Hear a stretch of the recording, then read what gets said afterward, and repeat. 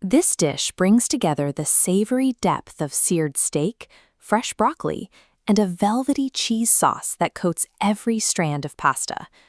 Pulling this together in one pan and one pot requires aligning the timing of the steak with the exact moment the pasta finishes boiling.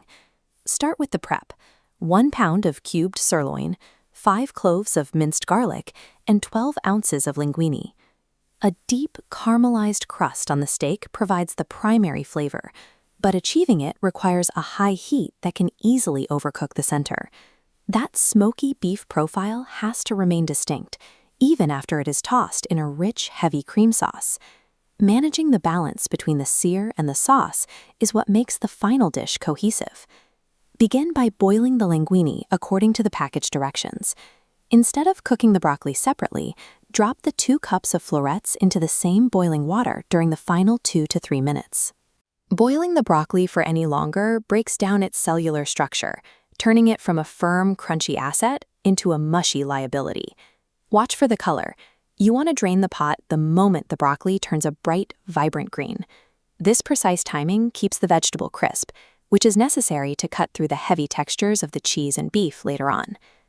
While the pasta boils, season the cubed steak with salt, black pepper, garlic powder, and smoked paprika. Before the spices go on, you must pat the meat completely dry with a paper towel. When meat hits the pan, surface moisture turns to steam, creating a thermal barrier against the hot metal, preventing browning. By drying the meat and heating shimmering oil, you ensure flush contact. Heat transfers directly, creating an immediate sear.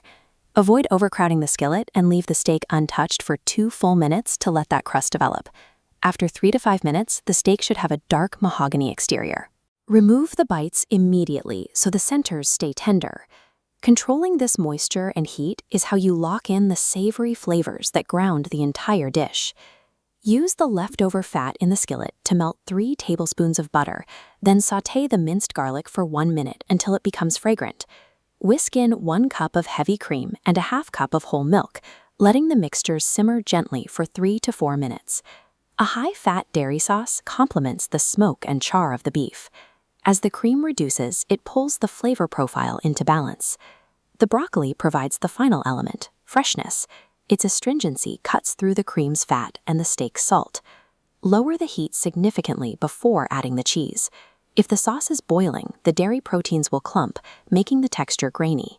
Stir in the cheddar and Parmesan continuously until the cheese is fully incorporated into a smooth, glossy sauce.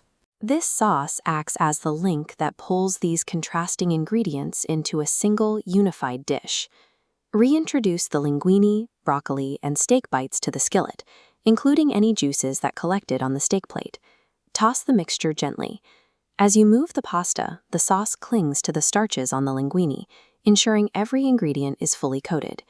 If the sauce appears too thick once the pasta is added, a small splash of milk will help loosen it back to the right consistency. When plating, twist the pasta into the center of the bowl and place several steak bites and broccoli florets on top for visibility. Garnish with fresh parsley and a few red pepper flakes to add a hint of heat. By managing the moisture and timing at every step, you've created a steak and pasta dish where every element is distinct, balanced, and ready to serve. Enjoy!